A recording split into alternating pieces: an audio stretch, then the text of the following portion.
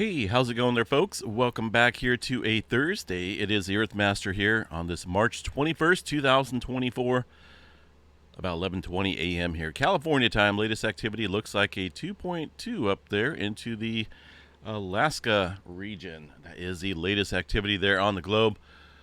Taking a look real quick here at the Iceland webcams from live from Iceland.is. Shows, very wintry weather up there. Quite a bit of snow blowing around. Cannot see any signs of any type of eruption going on, but I'm assuming that it has. The latest update that was put out here today has listed an updated map in terms of the lava flow. Notice this lava flow is still getting pretty close here to one of the main roads outside of Grindavik, heading out to sea, so to speak. And let's see what we got here for the latest information from the Icelandic Met Office once again.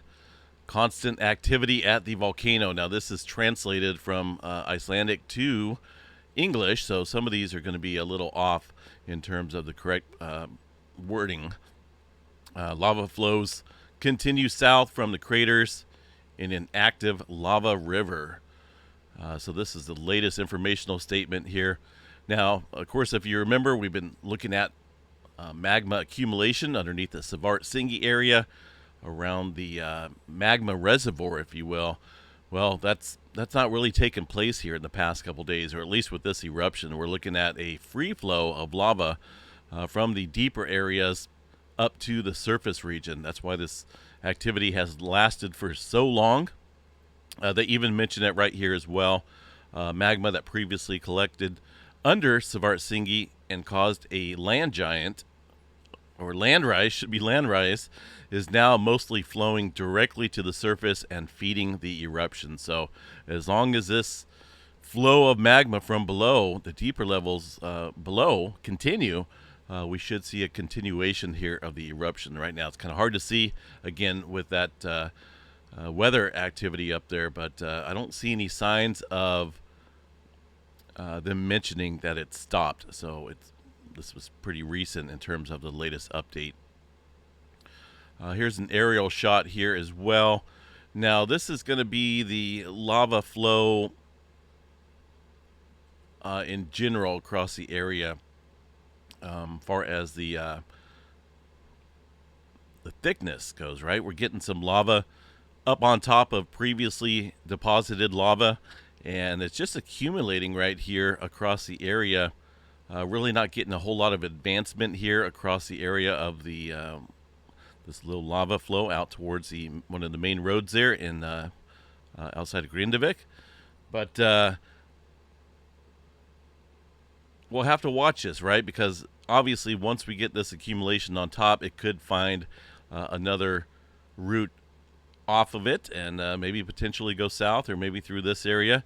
We'll definitely have to watch that for sure. Same thing for over here, a little bit less active, obviously, with the term as far as the flow of lava goes. And let's see what we got here for the latest, any other statements here written by these guys.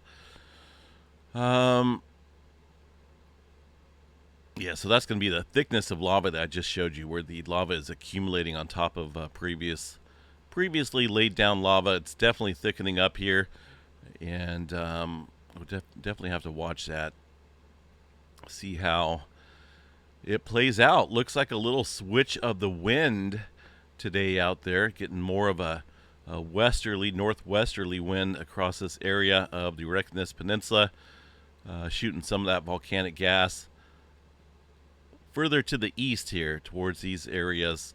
So that can be a little bit concerning as well, with the concern of gas pollution in some of those areas. All right, so we'll have to see if it clears up out there a little bit. But as of right now, it looks like the eruption is still continuing. And again, free flow of magma from below. Those eruptions can last for quite a while.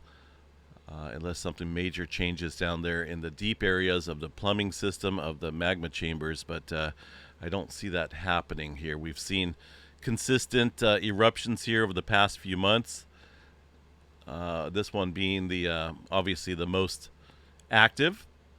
Not for sure what's going on with that. Looks like some of these webcams are offline. This is about the only one we have here, specifically of one of the vent areas. Let's see what this one has here. Kind of hard to tell. A lot of snow up there in the air. I'm guessing that's snow, although I see some raindrops here on the camera lens. We'll continue to watch that and report back on any updates or any changes there. All right, as far as earthquake activity goes around the globe, well, let's see what we got as far as the largest magnitudes out here. Today's the 21st, so it looks like a 4.7, the largest there around Taiwan earlier this morning. So not a whole lot of larger scale movement taking place here today so far. A look at the earthquake 3D globe here shows a general movement over the last 24 hours. Not a whole lot of clustering going on here across this area as seen in the past. Basically just that 4.8, 4.7 that the USGS mentions here around Taiwan, and some smaller earthquake activity there around areas of the Indonesia Islands area. New Zealand, a couple threes out there. Some of that activity older from last night, but still seeing some movement. So we got a little bit of quiet activity here now across the area of Papua New Guinea eastward. That includes areas around the Fiji region as well. Let's see what we got. This one's from yesterday, just about ready to drop off the earthquake 3D globe here. Looks like I need to bump this down just a slight amount to include that earthquake in the last 24 hours. Sometimes this gets a little tricky in terms of setting up the right amount of hours here on the globe. All right, Hawaii. Excuse me. Goodness. Something's in the air today. I don't know what it is, but it could be pollens. There's a lot of trees out here blossoming. Fruit trees. 2.3 out there on the Big Island around the Pahala area. This one's fairly shallow. Now, I'm not 100% certain if this one's... let me check the... well, it's automatic status here, it looks like. So this could get revised. Otherwise, I'd say, a little bit of shallow activity out there indicates maybe some magma movement. But mostly deeper activity out here around the Pahala region and the Kilauea volcano. Got a couple smaller quakes there from yesterday. Really nothing new to report here on the Big Island. Kind of a slow day out here in terms of big-time earthquake activity or any moderate earthquake activity for that matter. Southern California, about the same as well. Really not seeing anything major going on. A lot of this from yesterday. Latest one, though, shows a 1.6 in between the San Jacinto fault zone and the Elsinore fault in this mountain range. No major earthquake activity to report out here for now. The rest of California, as we head up north, a little bit of movement along the creeping segment here of the San Andreas Fault. Not abnormal. This is very normal to see earthquake activity out there. The Pacific Northwest, goodness, got a handful of smaller quakes, but really nothing major going on. A 2.7, if you want to call that major. 33.3 kilometers below the surface there. That's associated with the Cascadia subduction zone that sits right offshore here. I forgot to check the tremor last night. Let me see what we got for tremor. I was almost not even going to upload that video last night. I had some audio issues going on. I appreciate folks trying to let me know. Unfortunately, I put everything in silent mode when I'm doing an update so that it doesn't come over on the stream. But yeah, that was I'm not for sure what was going on with it. I think I have to turn off my audio interface device here for the microphone when I'm not using it. I think it builds up some type of strain, or not strain, but static. And yeah, that whole video last night, I wanted to pull it, but I decided since it was somewhat understandable in terms of the quality of audio, I just went ahead and published it. But I'm going to have to start doing audio checks here before I do updates, just to make sure. Again, I'm working with some new equipment, so I'm trying to learn it all, seeing what's going on with it. Tremor activity, not that big of a deal. 34 epicenters of tremor, and that is up around the, well, underneath the Portland area of Oregon down into the deeper regions of the Cascadia subduction zone. Across the rest of the area here, got a couple of small quakes here from yesterday in Yellowstone. Quick glance at the Yellowstone overview. These are the seismograph stations laid out in position to where they're at there on the map. Lake Yellowstone is going to be over here in the blue.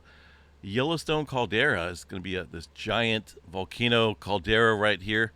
Of course, it is a supervolcano. Right now, the supervolcano is resting and sleeping. Looks like we do have a little bit of wind coming in here. Notice this in the last hour. So I want to show you guys. I'm going to bring up the windy map here and key this up. Now remember, some of these areas are highly exposed to the elements as far as the seismograph stations go. We have wind gusts up there above 50 miles an hour. So if you look at this whole map here and look at what's reading on these graphs, we got some big time wind coming in to some of these seismograph stations. See that? That's environmental noise, or natural noise, I guess you could say.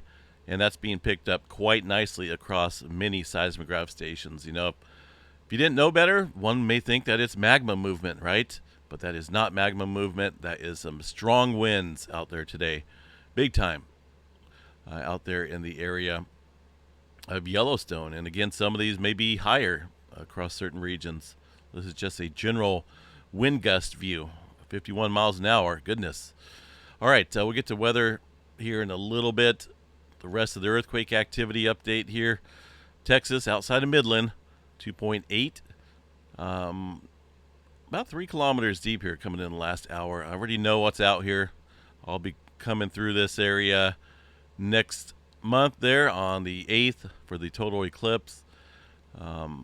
At an undisclosed location. I will announce that though once I'm out there setting up for the live stream of the total eclipse. But that yeah, a little earthquake activity out in the oil fields, quite a bit out there.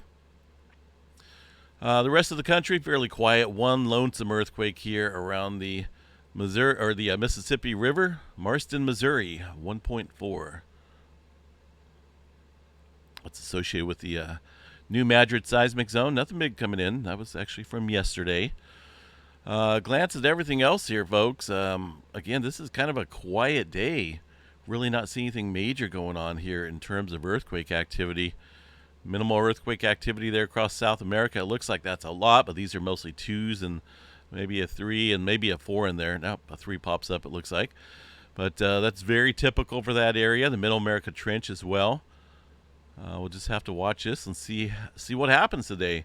Space weather activity, we did get a little bit of uptick overnight. Not a lot. Well, actually, it does look like the M or the KP index shot up to about a 5 or so. Looks like we're still seeing some elevated conditions of auroras out there on the other side of the world where it's currently dark. Let me see what we shot up to here. Some of these stations reporting up to a G2 class storm, it looks like, at least here on this one. But either way, potential auroras out there. Again, this is from last night, though, or earlier this morning, my time. So that CME that was expected looks like it arrived a little bit later than normal.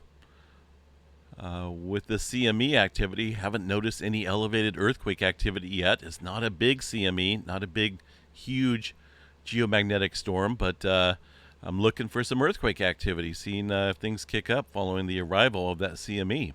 So far, I have yet to see it. As far as flaring activity goes, we're definitely getting ready, I think, to see some flares. We've got a couple different regions here. 3590, or old sunspot 3590, is currently flaring right there with that little bright feature. It's going to be in this area right here. It's now named 3614, but that's been a massive sunspot here for a little bit. It does look like it's getting a little bit of more complexity around the left side here of the center core. We'll have to watch that. I think the main area of concern right now is going to be this region down here, peppered with a whole bunch of different colors, indicating some complexity within this core of the sunspot. Also back behind it, another sunspot kicking up, and also back behind this one here, we got more sunspots. So I think we're looking at a period of potential elevated space flare or solar flare activity. We're currently flaring with a C5.3 that is coming off of this region right here. Man, that is a beautiful picture. Look at that. That looks a little scary. Goodness. I think I'm going to screen capture that. That looks it looks crazy, but I don't think there's anything major going on there. At least on the let's see here, UV filter array. There's a lot going on here in the sunspot. It is a massive area in terms of coverage of the sun. And again, this is the second time here that it's come back around the bend, come back around the sun here to pay us a visit. We'll see if this continues to grow or not, and maybe produces some further flaring. It does look like it harbors a beta delta class. 3615, though, the more active region, harbors a beta gamma delta class here, and those are the ones that can see decent X-flare activity. Look at all that stuff popping up in there. So we got to keep an eye on that one. That's definitely a very interesting sunspot. Overall threat right now, 99% chance for a C flare, M flare at 45, X flare elevated at 10% chance there. So we'll continue to watch that. These regions are getting close to Earth-directed view, far as, you know, being squared directly looking at us. I do think if anything does pop off from any of these sunspots here, that they will definitely be geo-effective if they produce a CME. All right, we'll continue to watch for some auroras. Looks like a little bit of unsettled conditions here throughout the day. I don't know if it's going to last into the night or not. Storm Prediction Center, not a whole lot of severe weather out here on the planet Earth. Do have a marginal risk for some severe weather, it looks like, but let's see what we got. Really nothing for tornadoes, a little bit of wind, a little bit of hail. Nothing big in the forecast there for now. As we head into the, well, let me go back here and show you guys the forecast here. Looks like they've included some severe threats for day 4 and day 5 here. So we're looking at potential severe weather on those days. We'll cover that as we get a little bit closer. That could be a severe weather outbreak. I did see that showing up here on one of these models as we head into next week. There's today's storm, and it's got to do with this low pressure system that's going to hit California this weekend, Friday into Saturday. You can see rain and snow coming up here across the west coast and the Pacific Northwest. That low pressure is going to interact over here right about there. We're going to have severe weather potential potentially on Monday, and then the bigger threat maybe right about here as we head into Monday night, Tuesday. For this area, that's a decent amount of convection there that's shown on the map, so we could see that severe weather potential again down into the portions of the south there. Another storm behind our previous one there for the midweek out in the west coast. This one looks a little bit stronger here. It looks pretty decent, bringing some more rain and snow, and of course, you got to watch out because these low pressures sometimes come straight over here and interact with the environment in place here and create severe weather. This could be another severe weather event to end the week. Another one behind that for California next weekend. And again, this severe weather looks like it's, well, the position of the low is a little bit too far north, but it still could pull up some severe weather potential as we head into next week. And then after that, it does look a little scattered out here for precipitation. I'm looking towards the 8th time frame. Even with this unsettled conditions, it's hard to tell. We do have a little bit of ridging going on here across Texas area. So we'll have to watch this pretty closely. I will be doing a complete update on solar, viewing the solar total solar eclipse here on the 8th. But we'll be doing a full video days before that. We'll take a look at cloud cover possibilities, rainfall chances, maybe the best areas to see it. And I'm definitely hoping that we'll have clear skies out where I will be in Texas. It does look like we have ridging going on here across Oklahoma and Texas. I heard they're going to call in the National Guard here for a county there in Oklahoma due to expected 100,000 tourists pouring into that into a certain county there. I can imagine there's going to be a lot of population out here wanting to see this. People are going to be driving for miles, flying into Oklahoma, Texas, and other areas to view the total eclipse. So I'll be out there, but I'm going to try and find an area where there's not thousands of people out there, and just provide a beautiful, surreal live stream for the folks here of this channel. But I will cover that as we get closer to the 8th.